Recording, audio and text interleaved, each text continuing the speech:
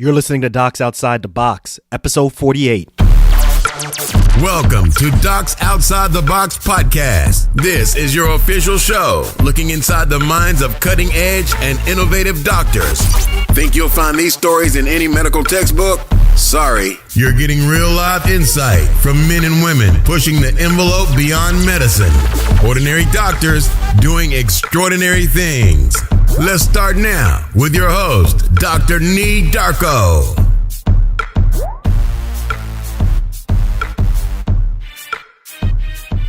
This episode is brought to you by Set for Life Insurance. Protect yourself against life setbacks with Set for Life Insurance. Set for Life Insurance gets you disability and life insurance at a reduced cost with their exclusive discounts. Now that's why I use them.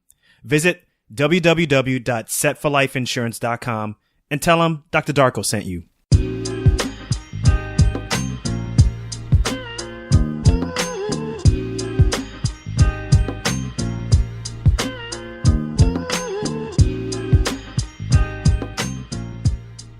What's good, everyone? And I too.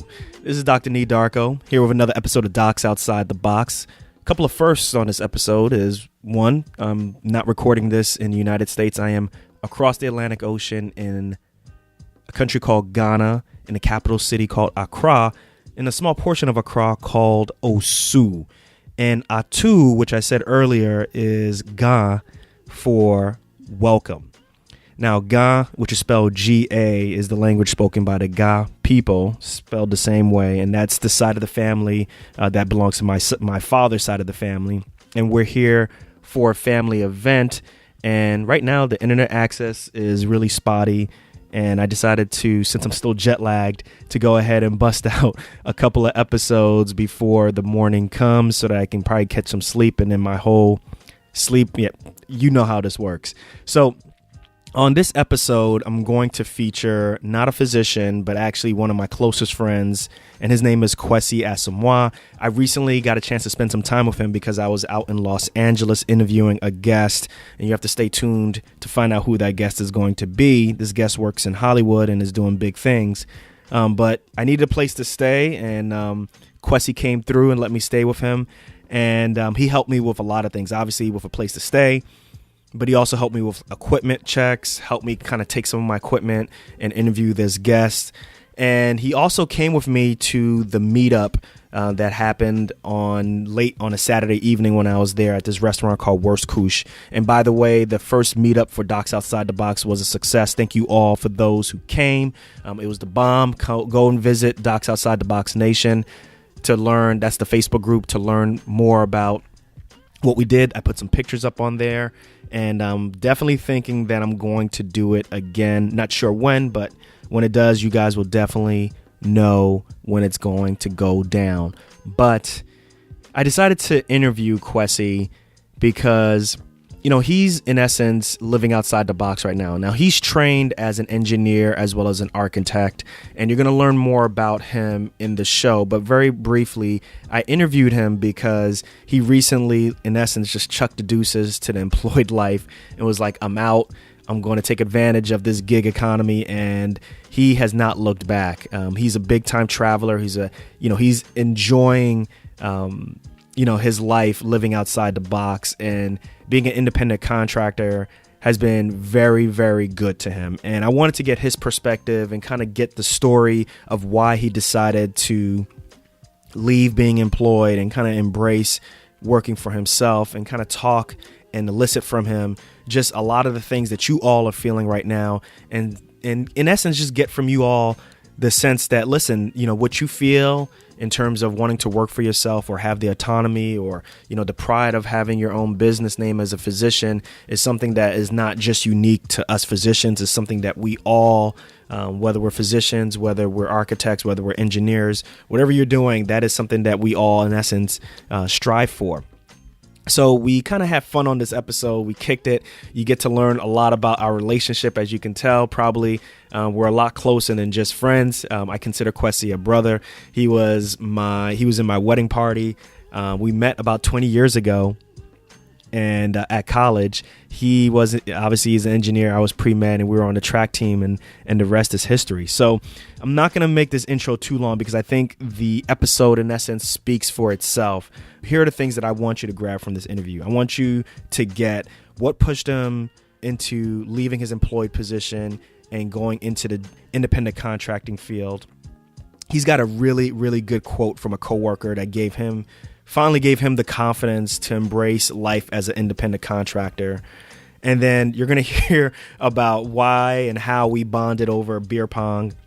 You're also going to hear about why he hates the New York Knicks. And as you all know, I love the New York Knicks. And that tells you a little bit about our relationship, that, you know, despite the fact that he hates the New York Knicks, we've been able to stay really close friends for this long. And then you're also going to hear his tips so that you don't have to stumble when you become an independent contractor. These are really good. And then you're also going to hear, I posed to him the question that I normally pose to my physicians, but I changed it up a little bit. And he's going to answer hashtag, I'm not just an engineer architect. So he came correct and he kept it 100%. I think you all are going to learn a lot from him, particularly those who right now are sitting on the fence. I'm talking to you docs who are sitting on the fence and you're not sure if you should leap, if you shouldn't, I'm telling you, you're going to learn a lot from him. I've learned a lot from him. I've learned a lot actually from a lot of people who aren't in the medical field as to what I wanted to do with my career. And no doubt, I think you're going to have a good time listening to this. One thing I just want to say, that there's going to be some ambient noise in the background. We were recording this at the restaurant, so I hope that doesn't distract too much. So without further ado, I present Kwesi Asamoah. What's good, everyone? This is Dr. Nate Darko here in Los Angeles, California, Venice. Is this Venice Beach or Venice? Venice. So that voice that you hear is one of my closest friends, my ace. All the different terms I can use to describe a really good friend of mine, close friend, is Kwesi Asamoah. What's up, man? Welcome to Docs Outside the Box, man. Thank you, Neef. Thank you for having me. That's good, man. We should start with how much I just want to say it's great for you having me on, and the Knicks will always suck. Oh, damn.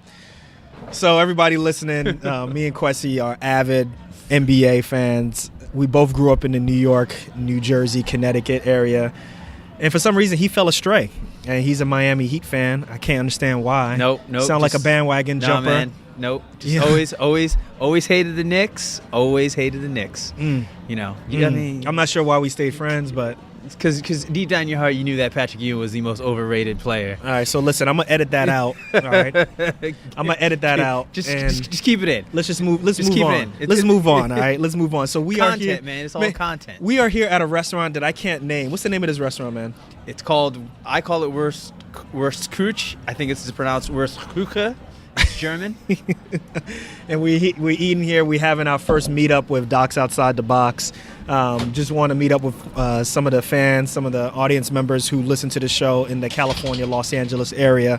And before the meetup started, I just wanted to get an opportunity to kind of talk to my boy Kwesi, because he knows me the best. You know, he knows kind of the transformation that I've gone through from college to where I am now. And also at the same time, he has transformed from being an employed person. Well, I'll describe what he does later on, to someone who's kind of doing things outside of the box. So I wanted him to be on the show so we can kind of reminisce, but also at the same time let y'all know that this whole notion of Docs Outside the Box, being outside the box, is not just physician related. So my man Kwesi, Questlove. How many names we got for you, man?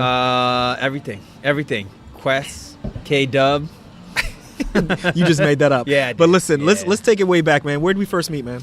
Let's see. We met my freshman year of college. You were I think you might have been like the third person I met. Yeah. You and Jonathan. Yes. In the small dorm in the small university in Bethlehem, Pennsylvania. Oh yeah, at Lehigh University. Yeah. I was pre-med at the time. You were? What was I? I was a engineer.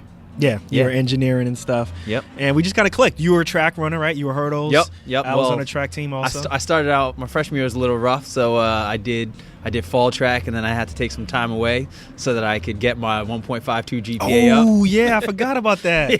You were Yeah. ineligible. Yeah, I was ineligible. You was having too much fun. Yeah, way too much fun playing ping pong and pool, you know. Then those Ghanaian parents saw the GPA set in. They were like, "Yeah, we're paying way." We're just like, you know, we've invested way too much in you for you to not perform. So you got to get it up. So you know, I more than doubled the GPA the second semester. You came back and Yep. you were on the track team and you did well, man. Yeah. Actually, man, did well. We developed a really strong relationship, and Yeah. then we ended up living together off campus, right? For 2 years. Yeah.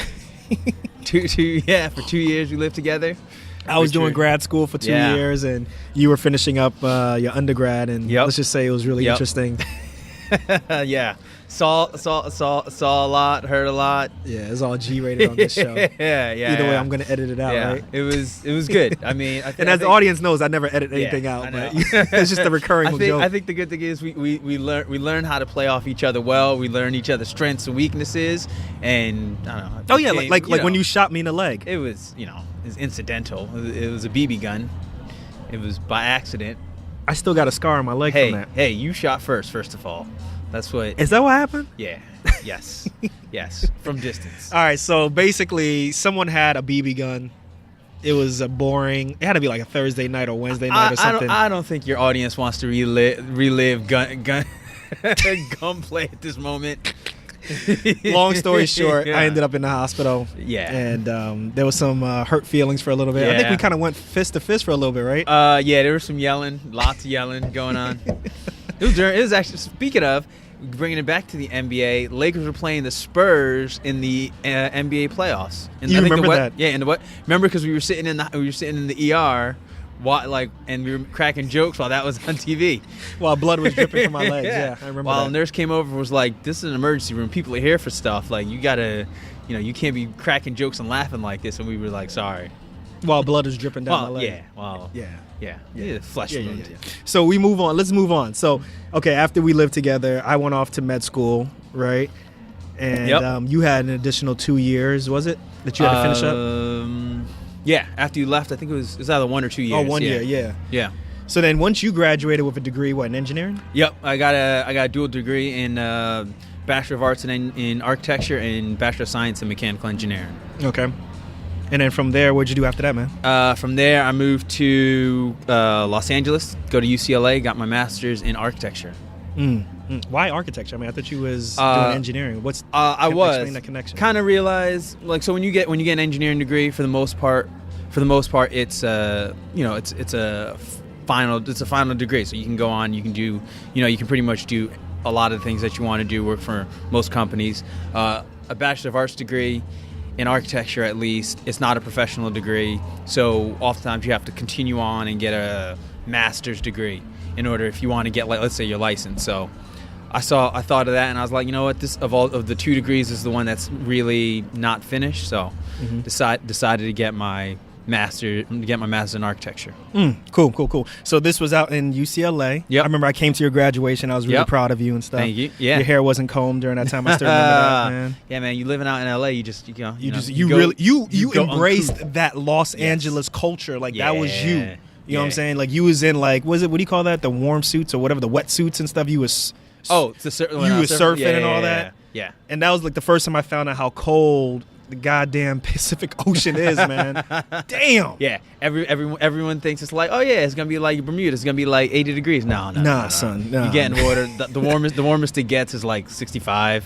Yo, that water was sometimes it'll get cold, 70. Man. Yeah. For the longest time, I would watch movies of people surfing. I could never understand the whole wetsuit thing. I was like, why do you wear a wetsuit, right? Until I put my foot in that water, I was like, damn. Yeah. It toughens you up real quick, real quick. But right. it's worth it. So you graduated. I remember at your graduation, Master P was there because I think Master P. Yeah. he was laying in a cut. He didn't want nobody to know who he was. I'm like, dude, you're like 6'5" that was actually, with gold teeth.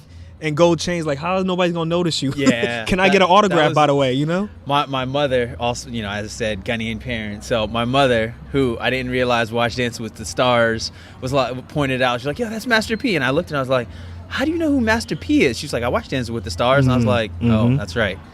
Yeah, man. So you really enjoyed yourself out there. So much. Well, out here. Yep. So much to the point that, I mean, you was born and raised in Connecticut, right? School in Pennsylvania. School in Pennsylvania. Yep. And I mean, this is what? When did you graduate UCLA? 2006. 2006. You never came back after that. No. Nope. So for the past 12 years, you have been out here, Cali, you know, chilling, having that life. You know what I'm saying? Like, how come you never came back, man? Weather. I mean, that's really. But it's expensive as hell to live out here, man. It is, but I mean, gas prices. I mean, much like living everywhere, you find a way and you make it work. You scratch, you claw, you figure out like what expenses you need, what things you don't. You know, you try and live close to where you work. If you can do that. I mean, here in LA, it's a little harder, but you know, for a while I was biking to work. You know, I had a car. You know, I was able to afford gas, but you know, you don't really. Traffic here is terrible, which everybody will tell you. But I tried to live 2-3 miles away from work, so I biked to work. You know, after I graduated, I made sure I lived in Venice, just because I loved it. And that's where we're eating at right now. We're in Venice. Yep. This is Venice Beach or Venice? Like, this is just Venice. Venice Beach is the beach area. And my man, why is it so goddamn cold today, man? It's February. I came out. No. It's winter. It's winter across the United States. I'm not gonna let you get that. I'm not gonna let you get that because. I'm thinking it's supposed to be like in the 70s. You've been here 2 days. I'm rocking a Scully. And I'm rocking a Scully. Every hour you've complained about the weather. You would think that you're coming from like Accra, man. Like, no, you're coming from Pennsylvania, man. Like, let's just say false advertising. I was a little bit disappointed when I got off that plane, yo. So you just never came back. Obviously, you said it was the weather. Primarily it was the weather. It was the weather. You know, you embraced the culture and stuff. And embrace the lifestyle. The lifestyle. At the same time, I was in med school. I was doing my med school in Kansas City, Missouri. Yep. I remember I had just graduated, and I came to your graduation, and vice versa. We graduated the same year, 2006, right? Yep. And then after that, you just kind of started working, right? Yes. And then I went down to Atlanta. Yep. And I was doing my thing in the A, and you stayed in California in this Venice area. And what kind of job did you have, man? So funny enough, instead of going to work for an architect, I went and worked for a structural engineer who worked with architects. So just to explain the way it works, like most architects are architects, but they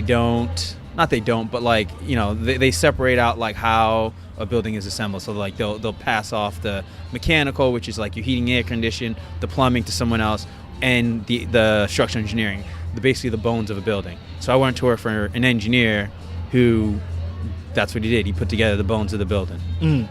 So basically you, but similar to I guess medicine and stuff, you have to go through a bunch of licensing tests, right? Like to become a licensed architect, you have to take 9 exams. 9 exams. Yeah, 9 exams total. See, we got to do like 3 exams, I think. We got to do 3 exams in medical school, and once during one of those exams occurs during like our first or second year of residency, and then we have our board examination after residency, and then we can practice. But you go through 9 of them. At the time. Now, I think now it's 7. But before they broke it up into what they call, obviously, multiple choice and then graphic. And so 6 of them were multiple choice, and then 3 of them were graphic. Now they integrate them, the multiple choice and the graphic. Yeah. Okay. All right. So you take those tests, and then after that, you what? Are like board certified? No, because that's what we use. What do you take those tests, and in most other states, that's it. Then you finish those tests, and then you can basically that's your license. In California, there's another test that you have to take, and then it's called a supplemental, and then that's the culmination of all your exams. All right, whatever. Yeah. So when do you become like an architect, man? When do you start like building, like designing buildings and like all those different things? What's up with that? When are you gonna do that? When am I gonna do it? When do you start doing that? Is that once you finish all those tests? Not necessarily. Like, again, California's weird. To do like single family residential, you don't need to be a licensed architect. It helps to be licensed architect because then you can get insurance. So work for that engineer. I was working with architects, and I was working under an engineer. Did that for 9 years. Basically learned how to do structural engineering for buildings. After that, went to work for a design build firm, in which I worked under an architect and a licensed architect and a licensed contractor. Again, just received skills of like designing, putting things together, working with clients, putting together budgets, and did that for 3 years. And then I realized, I was like, actually halfway through that, I was like, you know what? A lot of this is on the job learning, you know. And I was still doing engineering. I was doing engineer stuff on the side, and I was like, and it just got to the point where it was too tiring. So decided to just decided to go off on my own, do my own thing. So, okay. So during that time when you were working for someone, working for the man, yeah, I got my air quotes up and stuff. Yeah. Like, I mean, you didn't know any better though, right? I mean, that's what you. Yeah. That's that's what people do, right? Yeah. Honestly, in architecture, you have to. I mean, it may just make sense to go and work for somebody because you get a certain set of skills when you're in school, and then when you go and work, you get an additional set of skills. Gotcha. I mean, same thing is actually for engineering too. Okay. Okay. They don't like doctors. Your schooling is your on the job training. Architecture and engineering, it's not exactly the same. Okay. Some people do it, but a lot of people don't. So during that time, did you experience like other people who were just like, you know what, F this, like I'm going to go and start my own firm, or I'm going to start doing business on my own? Because the reason why I'm just trying to elicit like why you decided to go on your own as opposed to continuing kind of working, being employed, things like that. Because now in essence, you're an architect outside the box, yes. right? I mean, Yep. You're doing your thing now, and right? it slightly, and an engineer too. So I had one friend who did it as I was moving from my engineering job to my architecture the design build firm. He went off on his own, and and he said, he's like, yeah, it's just time for me to do it. And watching him do it, watching another friend kind of go off on his own, and me kind of being a hybrid of them and an engineer. After a couple of years, I decided, you know what, it's time to do it. Do you think it may be because it just seems like maybe like this is a manifestation of technology getting better? You can do things online. People are, this gig economy, right? Yeah. Where people are hiring, architects to do work, and Yep. you can work on. Yep. I don't want to say, I'm not going to reduce you and say you do stuff on Fiverr, but what I'm saying is, people can hire you online, and you don't necessarily have to be in a building, so to speak, right? You can kind of be anywhere, right? Yeah, I mean, in order to get the work done, you can really be anywhere. I mean, we'll probably get to it, but after I quit my job, I took 6 weeks and like did a bit of traveling. I was able to do work on the road. So tell me, like, we want to know, like, what. Because with Docs Outside the Box, man, like we telling stories of like Yep. docs doing cool things outside of medicine, and with you do really cool things outside of what you normally do. Like you like to travel, you like Yes. to do all these different things. So, Yep. What made you just say, what, deuces, I'm out? Take us through that moment. Like, what made you decide, I'm doing this on my own, or I'm quitting my job and deuces. That's it, man. Yeah. So my girlfriend is half Australian, half Singaporean. Her family all lives in Australia, and every year we go. Every other year we go. And 2 years ago we went, and I told my bosses, I was like, listen, I'm taking 3 weeks. I gave them 3 months notice. I sent them an email. Right before I was about to leave, they were like, whoa, you never told us you were taking this time off. And I said, yeah, I sent an email. Our accountant was there, and she turns around because I sent her the email also, and she was like, oh no, he told us. And they're like, well, that's a really long time, and they're just very critical of it. And this was unpaid time. This was over Christmas and the beginning of the year, so This is like slow time for you, though, right? nothing happened. Like at the end of the year, there's usually nothing, unless you have a job that needs to get in. But we didn't have anything like that. So there was nothing happening, and so I went to Australia, came back, and they kind of sat me down. They were like, we wonder your commitment to this job. Like, you took all this time, and I was like, well, first of all, I took the time when like we were really slow, and 2, I took it unpaid, and 3, it's it's technically a short vacation because it's Christmas, New Year's, and essentially it was like the first of the year. And after that whole ordeal, because it was essentially like 2 months of back and forth when I'd been giving them 3 months notice, I was just like, you know what, I can do this on my own. And, you know, I was pretty set on that. I had a pretty interesting project that I was working on. And I was like, you know what? At the end of this job, because I like the clients, I like the project. But you hate being employed. But I hated being employed. I mean, so just to let you know, like, I was working for this design build firm, but I was doing side projects. I was actually working for a previous engineering employer also.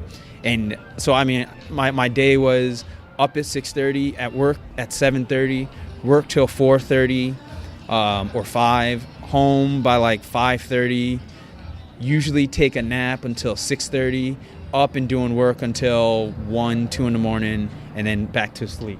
So basically just kind of on a hamster wheel. Yeah, it was like that, like after, I don't know, I'd say after like 8 months after I started, it was like that until I quit.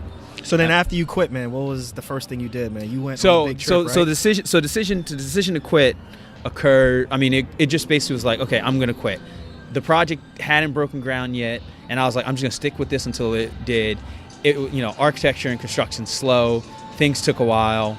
At the beginning of 2017, I was like, no matter what, I'm leaving this job at the end of the year, because it was our Australia year. And so in like August, I was like, the project wasn't far along enough that it'd be done at the end of the year. So I decided I'm gonna book this trip. I decided I'm going to take the second half of December and all of January. I was like, I'm not coming back. I was like, so when we go to Australia, we do Australia. We'll do Perth, we'll do Sydney, and then we'll do like a short trip to Bali. So Bali, just so everybody knows, like Australians consider Bali like their Caribbean. Yeah, right? Like Californians go to Mexico. Right. East Coasters go like to Puerto Rico, Dominican Republic, the Caribbean. Australians go to Bali, or like people on the west coast of Australia go to Bali. Right. Yeah. And so I decided, all right, this is our trip. I planned the whole thing out. I was like, okay. Funny thing was that when I was getting my tickets, because I was just essentially getting a one-way to Perth, I had to have a long layover. I had a layover in Dubai. Dubai, yeah, I remember that. So I was like, you know what? Never been to Dubai. I'm gonna go stay here for 4 days. So set up the whole trip. Basically flew to Dubai, was there for 4 days, just went around Dubai, visited the Burj Khalifa, which is like the tallest building in Dubai, probably close to the tallest building in the world. Saw a bit of the culture, went to Perth. After that, went to Bali, where I surfed, was on rented a studio on the side of a cliff, surfed for 3 days. It's beautiful. I recommend everyone goes to Bali. I mean, that's kind of the big takeaway that, I'll interrupt my travels and say that, like, that was kind of the big takeaway that I got from those 6 weeks, is that just there's so much of the world to see. There's so much of the world to see. So you discovered that travel is your thing. Is your thing. And just opening up. So like after Bali, we went back to Perth, then went to Sydney. In Sydney for 6 days, where it's just like, walking around, seeing things. Like, I mean, this is my third time in Sydney, seeing things I'd never seen, taking like train, like went to see the Blue Mountains in Sydney, which is like basically their Grand Canyon. Just talk, like I met your industry never leaves you. So I met a flooring guy, who was, so we rented this apartment building in Elizabeth Bay. The flooring guy, me and the flooring guy, we talked, talked to him for a couple hours. Then that was essentially like what Sydney was like. From Sydney, went to Japan. So what was Japan like, man? Japan. Let's talk, because you told me about Japan, and I want to know, because you drink now. I don't drink. No. Well, you had a couple of drinks. I had, yes. And the reason why this is important is because, I know the audience is like, look, I don't want to hear about all this, like, business stuff. I want to know about this relationship. So let's take it back. Before we talk about Japan, right, let's take it back to Lehigh. Yep. Never drank at Lehigh, but you was like always played all the drinking games. But you was flapping at the mouth all the time. You got me in trouble. Yeah, talked all the junk, but never drank. So let's take it to that night. Let's take it to the night when you got me in trouble with this game of beer pong. Yeah. You challenging other folks. Yeah. Man, you tell the story because you do it so well, right? Yeah, we lived because I barely remember it. Lived in a house, had a beautiful like beer pong table. people came into our house. No. We had the beer pong table of beer pong tables. Yeah. Our roommates. Look, it took like months to build this table. Yeah, we had a roommate who built it himself. Yep. It was slicked down, beautiful. Painted it, yep. nice, long. Yep. It was in our basement, and we would just have these like ridiculous parties off campus. Yep. And and so one day you was talking mad smack with someone. Yeah. They challenged us to a game. Yep. I'm sitting here talking to other people and stuff. I'm like, yo, man, come on, we got to play. And you're like, what? And it's like, come on, man, they challenged us in our house. I was like, we got to play, we got to beat them. You're like, all right, let's go. And so we play like what, 8 cups back? Yeah. And people who are listening and they know about beer pong, 8 cups back, and we did like a 6-pack on each side. Pyramid goes to 1, 6-pack on each side. And although we don't, condone underage drinking. Yeah. Actually, I mean, by that point. Oh yeah, at that point I was of age. You were of age, and I don't drink, so. Right, but disclaimer: Docs Outside the Box. We don't condone underage drinking, right? You got to say that. Yes. So, but we know what happened, right? So, we was playing. Yep. Right. We was. Well, we saddled up to the table, and I grabbed the ball. I shot the first ball, and I airballed it. And you were like, you like, you gotta drink. I was like, I don't drink, man. You gotta drink for me. No, like I handed you the cup. Like, here you go. Yeah. I was like, nah, man, I don't drink. And you looked at me like, what? I was like, nah, man, I don't drink. And you were just like, I gotta drink all these by myself. And I'm like, yeah, man.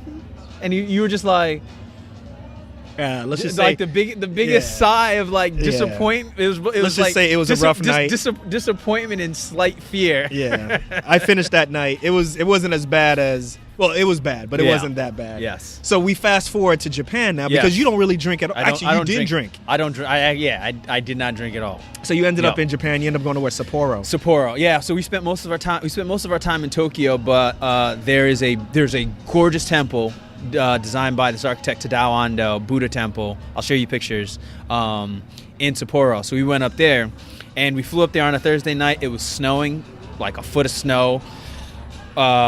We got in late. I was like, you know what? I'm in the mood for some sushi. It's like 11 o'clock at night. I found this place, walked in. It's in this like basically a office building. Walked in. There's a businessman there and a chef. Just 2 guys. Sounds like a joke, actually. Yeah. And here comes his brother walking in, and they're just like, they don't speak any English. I don't speak any Japanese. I sat down. We figured it out.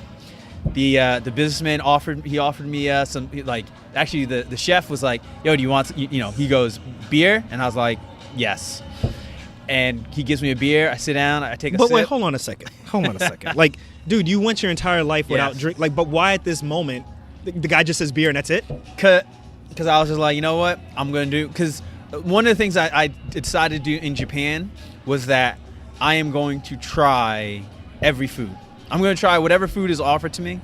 I'm just going to try it. Yeah, but that's not liquor though. No. But I mean, it goes to just accepting whatever the culture's doing. Gotcha. So the beer was offered, so I was like, yes, I'll drink beer. The businessman had a bottle of soju. It was maybe like a quarter done, and I was like, he said, he holds it up, and I was like, all right, yeah, I'll take a little, and so he pours me some.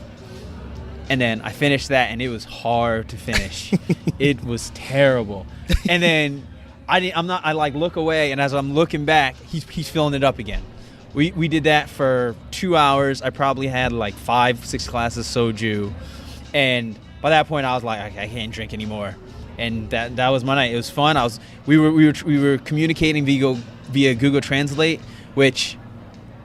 Man. I mean, how amazing is that? Yeah. Like, I don't speak Japanese. They don't speak English. We're using Google Translate, and we're just talking back and forth. Right. They're asking what I'm doing. They're asking what I do for work, and I mean, somehow I felt like I had this like heartfelt conversations with these 2 men, and we both didn't speak each other's language, but because of some app, we were able to communicate. That's what's up, and you were able to, in essence, have a drink. Yeah. And have a good time and break bread and politic with people, halfway across the halfway across the globe. Yep. That's what's up, man. All just because you just kind of let your guard down. And you're just like, all right, this is what I'm going to do. So now you're here back in California. Yep. You're doing your thing. Yep. You are not employed. What's it feel like just not being employed, man? What was it like? Because there's something that I want you to share with the audience that someone told you about jumping. Oh, about leaving work. Yeah, tell us about that. So my first friend that left work, he said, listen, you just gotta leave. He was trying to get me to go off on my own for maybe 2 or 3 years, and I was like, I don't know. He's like, listen, leap and a net shall appear.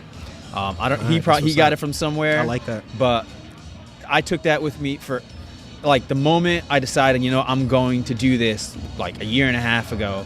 I was like, all right, leap and the net shall appear. That's all that went through my mind. It's just I will figure it out. And honestly, what was the hardest part of leaving? Yeah, just what was the hardest part of just being on your own? Do you think it was easier just to be on your own? It was I figured it out, or was it the hardest part actually leaving? The hardest part was actually saying I am going to do this. I am going to leave. Mm-hmm. I mean, once you commit to that and you do it, you figure out the rest. Mm-hmm. I mean, I will give people this advice, is that make sure you put things in place for yourself. So health insurance. How hard was that? Health insurance? Mm-hmm. Buying that. Actually, the accountant at the company I worked for, she was great. She said, listen, you have full-time health insurance. Your company, you can basically have the same health insurance that you have here, but just pay for it yourself. Okay, so that became a tax-deductible expense. So, and that was health insurance that, I didn't have to go look for. Right. I basically had the same plan. I'm just paying for it now. So you didn't have to go on the market or anything Nope, didn't have to go on the market. Although, going on the market is very easy. I can attest to that. So, I actually did that. I did it, too, because I have a friend who she takes care of. It's easy as of now. Say again? It's easy as of now. Yeah, as of now, it correct. could be getting more difficult. Yeah. We'll see. Yes. Set up a business account. Mm-hmm. Go to the bank, set up a business account. It's really easy to do. So don't commingle personal versus business? No, never. Because the reason why you don't do that is because, God forbid, if you get audited, you just show. It's your business account. Don't bring that negative energy in here. Don't be mentioning that A word up in here. I know. Right? My mistake. But this is. My accountant. My accountant told me that too. He's like, listen, set up a business account. You keep things separate. That way, you can charge things to the business account, and you can easily tell them this is what these things are for, as opposed to, you buying groceries and those kind of things. No one will know. Okay, so what about how have you been able to handle the income, consistency of income, or budgeting? Because your clients don't pay you on a monthly basis. Correct. Obviously, right? Yep. So that's always been an issue, not just for doctors, but obviously for someone like you who's in a service industry. Yeah. In industry. Yep. What if they don't pay on time, or how do you make sure that you pay yourself right and you can eat on a monthly basis? I was lucky enough because I had money saved off before I left. I'd work. I was, as I said, I was basically working 3 jobs, and so I was able to save money. I was able to save a bit. But what I will say is that, me personally, I'm still figuring out the budgeting thing. Still figuring out how much I'm going to pay myself, because I still have student loans that I have to pay for. I still have rent and I have to pay for. I technically own my car. I have the payment for my car in another account that just pays it off. So I use it to build credit, let's say. But those kind of things I'd say I'm figuring out. I love it. So I like that you got real with it. You don't have all the answers, but one damn thing you ain't going back to being employed. No. Yeah. That's for sure. Is that I tell you now, and you become way more regimented when it's your own. That's the one thing. I love that. Talk about more about that, yo. As I said, I used to wake up at 6:30, at work at 7:30. Now I wake up at 7:15. I'm at my desk at 7:45. I used to be done at 4:30. Nope. I'm done whenever I have to be done. Mm-hmm. Yes. Now I can take a nap whenever I want. Sometimes I do, but other times I'll work from 7:30 to 7:30 to 5. Take a little break and then continue working some more. These are things that you realize if you have clients, if you have people who are depending on you to produce work, you just have to work. There's no you are your own boss and you have to get things done. Love it, man. I love this answer, man. We can go on forever with this. Oh, man, yeah. I have as I said, I'm learning this stuff. You told me to listen to Tim Ferriss's podcast. I have been. What is it? How it was built? You listen to that, and there are people who own $1 billion companies who started started in garage, like much like Apple, much like Microsoft, and they had no idea what the hell they were doing. I mean, there are people who were running $1 million companies, and they didn't even have a bookkeeper. They were just figuring it out, like day to day, week to week, month to month, learning by doing, learning by failing. I'm not gonna lie, I'm completely afraid of failure. I think everyone is. Really? Oh, I'm terrified. I'm not afraid of Terrified failure. I'm not afraid of failure anymore, man. I mean, I'm not. Yes, I am afraid of failure, but for me, it's one of those things that it's just like, let it come. Okay. Because it's another task. It's another thing to get over. Got you. So look, we're getting towards the end of this interview. This has been good so far, though, man. This is really, actually, it's turned out better than I thought it was. Let's do some fast fire questions. Okay. What comes off the top of your dome piece? You ready to do this? Ready? All right. So, let's for real. How is it that you're raised in Connecticut, but you a Heat fan? You like how I transitioned? Yeah. How you do that? It's because I hated the Knicks. I hated Patrick Ewing. I don't. Yeah, that's it. That's it. Yeah, but why not like the New Jersey Nets? Because they're not the Knicks' rival. We grew up with the 90s. You grew up with the 90s Knicks. Like the Pacers and the Heat were the Knicks' rival. Please. Which is why I love Reggie Miller. Knicks, don't get a drink poured on you right now, man. So listen, man, what's one thing you want the audience members to get from this podcast, man? What do you want them to take away from your words? If there was one thing that they can pull from you, you know what I'm saying? I know you don't do podcasts and stuff. What do you want them to get from this? To listen to people. Listen to people. Listen to yourself. Talking with you the last couple of days, I've realized that the information you provide, the knowledge that you have. I mean, everyone out there, you should be contacting me as much as you can, because he's just experienced. I mean, you've just experienced so much, and we're just drinking water now. Yeah. No. I know. But I never realized how much dinner's on me. Yeah. You ain't gonna. You're staying at my place, so. I didn't realize how much doctors, for a non-doctor, knowing that doctors just make a lot of money. That's all you know. Yeah. Lawyers make a lot of money, but that doctors don't know that they wield more power, and they use what, 5% of it, 10% of it at most. Right. So that's something that I've gotten from you, and it's just wow, that's kind of a tool that I will use moving forward. But I highly recommend that people listen, and contact you. You were talking about contracts. Mm-hmm. Before you sign that contract, send me an email. Man, I ain't got all that bandwidth to handle all that, yo. So audience members, y'all can contact me. I may have to end up pushing y'all to someone else. But all right, let's move on to the next one. Okay, look. So you spend a lot of time in the West Coast now. Yep. So we both hip hop heads. We grew up with mainly East Coast stuff. Lords of the Underground, LL Cool J, Biggie. Wu-Tang, Tribe, all of that. And now you get experience to Too Short. No, never. Okay, never. so all right, I'm gonna give you 4. I think I know where you're going. I'm gonna give you 4 albums, right? Okay. You gotta throw away 2. Okay. You gotta keep 2. Okay. All right. So you ready? Tribe. Don't. I'm just gonna give you the 4. Okay. And then you tell me. So Tribe Called Quest, Biggie, Tupac, Snoop. Oh, that's easy. Come on, Biggie and Tribe, man. Biggie and Tribe. Yeah. Right? Okay. Oh, yeah. Cause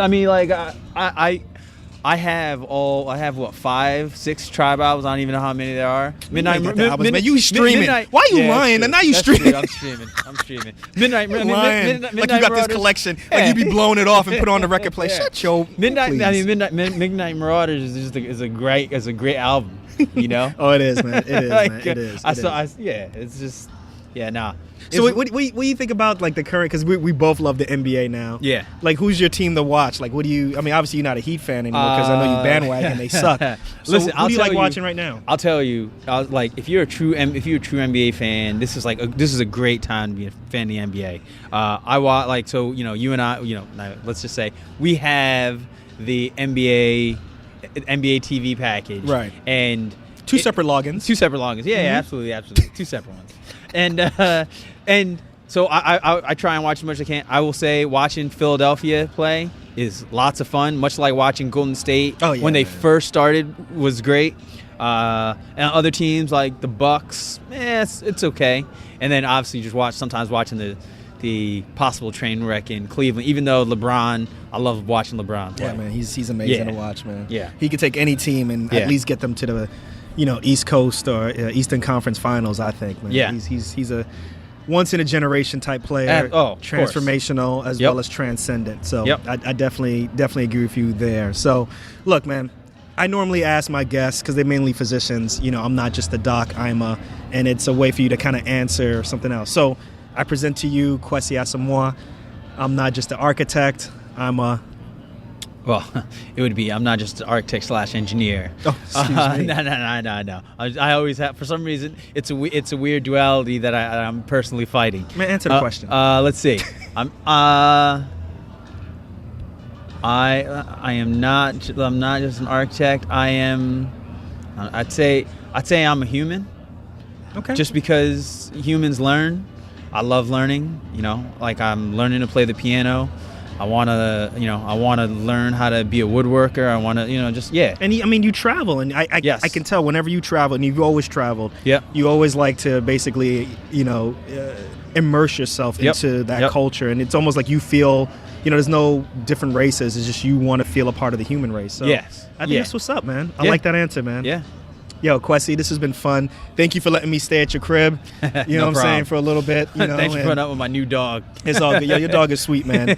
But yo, this has been fun, man. I hope we do this again. I know this has been a little bit of a different vibe, a little bit of a different episode. We got the music playing in the background. We're getting ready, break some bread and have some fun and stuff. But I just wanted to really, stress the importance of how entrepreneurship, no matter what field you're in essence, the concepts are the same, right? Yep. Oh, absolutely. Absolutely. So once again, I appreciate you sharing this. This is your first time doing a podcast. Yeah, it's my first pod. You did excellent, man. Yep. So, if people want to learn about you, people want to, let's say, hire you or something like that, how can they learn more about you, man? I have no social media presence. True that. It's funny. True that. I'd say you can send me an email. My email is Kwesi, KWESI.Asamoah, ASAMOAH @gmail.com. That's what's up, man. Yep. Hey, man. Hey. It was good, man. It was a pleasure. Thanks for being on the show, man. And everyone listen to me. Or as I call him, Pius. Thank you, man. Thank you. So true to form, Kwesi always forgets something, but he wanted to share one of his favorite books that he likes to read, and he thinks that the audience can learn from. Go ahead, man. It's called The Artist's Way. Unfortunately, I don't know the author, but I recommend getting it. I recommend following it. What's it about? Quickly. Basically, because I'm hungry now. It's basically about it's basically like breaking the roadblocks that prevent you from being a quote unquote artist. And it's not just like a creative artist, as I was telling you. It's just doing anything. It'll make you, like, you have to journal. You write in a book, and it breaks all those roadblocks. And what it'll do is it'll build your confidence as to who you are. It'll clear your mind in terms of being like what you want. And like it'll force you to go do what they call like artist dates, which is exploring, just going out and exploring things. And that'll be like that'll be like basically your rebirth into being, into moving into being entrepreneurial, because you'll start thinking and seeing the world in a completely different light. So I just recommend it as just a book. What's the name again? And you use all these metaphysical terms. Damn, it's called The Artist's Way. The book has a lot of spiritual elements to it.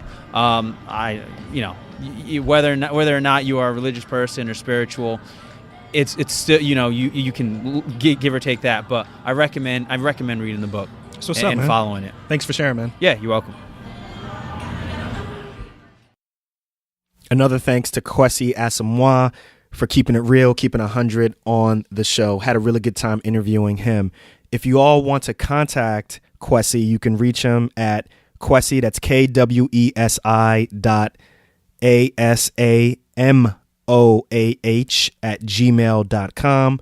I'll put that link in the show notes. Also, the recommendations from Kwesi, the book, The Artist's Way, as well as the Tim Ferriss podcast link is also in the show notes.